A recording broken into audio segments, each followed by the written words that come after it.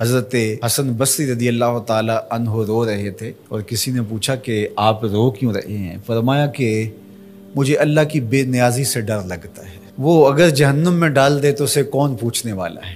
اللہ اکبر۔ تو نیکی کرنے کے باوجود بھی ڈرتا رہے اور اس کی رحمتوں کے لیے ملتجی رہے کہ مالک تیری رحمت سے ہی کرم نوازی ہوگی اور میں راہی جنت ہوں گا۔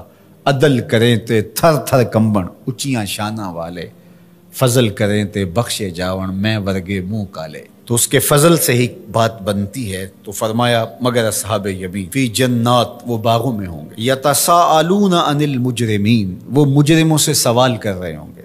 یہ جنت کے اونچے مقام پہ ہوں گے اور ایسے مقام سے ان کو جہنم دکھائی دے رہی ہوگی۔ اللہ ان کے قوا اور ان کی صلاحیتوں کو جنت میں فزوں تر کر دے گا۔ مقربین بارگاہ کی صلاحیتیں باقی لوگوں کی نسبت اللہ فزوں تر فرما دیتا ہے۔ آپ نے قرآن مجید میں یہ بارہا پڑھا کہ حضرت سلیمان علیہ السلام نے کتنے میل دور سے چیونٹی کی آواز کو سنا بھی اور اس کے مفہوم کو جو وہ کہہ رہی تھی سمجھا بھی۔ تو یہ صلاحیت ان کو عطا کی گئی۔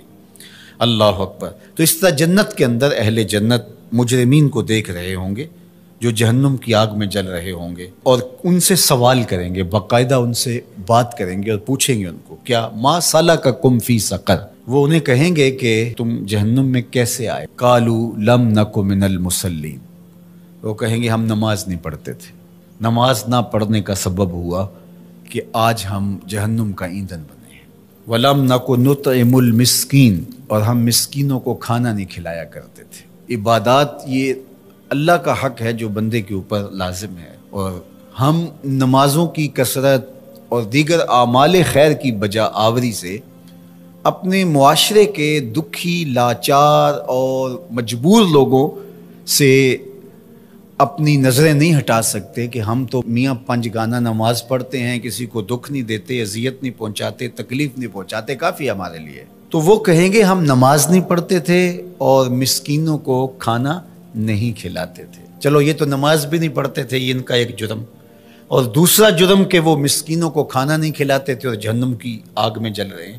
اور اگر کوئی نماز پڑھتا ہو لیکن مسکینوں کو کھانا نہیں کھلاتا، اچھا وہ اگر یہ کہے کہ میں کھانا اس لیے نہیں کھلاتا کہ میرے پاس مالی استطاعت نہیں ہے کہ میں کسی کی ضرورت کو پورا کر سکوں، لہٰذا میں بری ہوں، لیکن قرآن نے اس سے بھی آگے کی بات کی۔ جو شخص مالی طور پہ مستحکم نہیں ہے لیکن اللہ نے اس کو زبان دی ہے، اللہ نے اس کو اثر و رسوخ دیا ہے، وہ کسی کو ترغیب دے کر کے کسی دکھی کی ضرورت کو پورا کروا سکتا ہے، اور وہ کہے کہ جناب میری یہ ذمہ داری میں شامل نہیں ہے، تو قرآن نے اس کی بھی مذمت کی۔ وَلَا يَحُضُّ عَلَىٰ طَعَامِ الْمِسْكِينِ، فرمایا کہ یہ مسکینوں کو کھانا کھلانے کی ترغیب نہیں دیتا۔ اس کو چاہیے تھا کہ وہ امراء کو اس کی ترغیب دیتا اور غرباء کی طرف ان کو متوجہ کرتا، تو اس کا یہ عمل بھی صدقہ قرار پاتا اور اس کا یہ عمل بھی اللہ کی رضا کا سبب اور ذریعہ ہوتا، اور وہ کہتا ٹھیک ہے یہ تڑپتے رہیں، میں کیا کر سکتا ہوں اور میں ان کے لیے کسی کو ترغیب ہی کیوں دوں۔ تو اس کی بھی مذمت کی گئی، اور ایسے نمازیوں کو کہا کہ وہ اپنی نمازیں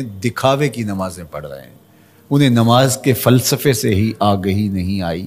اگر ان کے دل میں گداز پیدا نہیں ہوا، ان کے دل میں نرمی پیدا نہیں ہوئی، معاشرے کے کمزور، پسے ہوئے، لاچار، مجبور، اراملہ، مساکین، یتامى کی مدد کے لیے ان کے اندر یہ جذبات پیدا نہیں ہوئے، تو وہ تہجد پڑھیں، وہ سجدے کریں، وہ لمبی قرات کریں، لمبی نمازیں پڑھیں، تو کہا کہ وہ اپنی نماز کے فلسفے سے ہی آگاہ نہیں ہوئے۔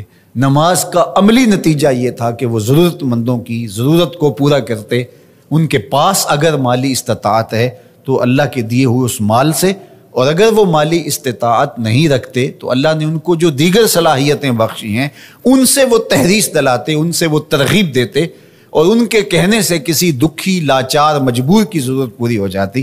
تو یہ ان کو کرنا چاہیے تھا۔ حضرت سیدنا شیخ عبد القادر الجیلانی علیہ رحمہ و رضوان فرماتے ہیں آدھا فقر برہنہ بدن لوگوں کو لباس دینا اور بھوکوں کو کھانا کھلانا ہے، باقی عبادات، نیکیاں، چلے، مراقبے، ریاستیں، یہ جو کچھ ہے یہ آدھا ہے۔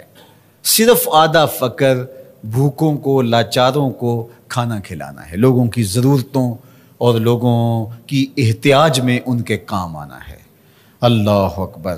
تو درویشی، تصوف، فقر، اس کا آدھا حصہ مخلوق خدا کے ساتھ نرم دلی سے پیش آنا اور ان کی ضروریات کی تکمیل کرنا۔ تین چیزیں گناہوں کا کفارہ ہیں۔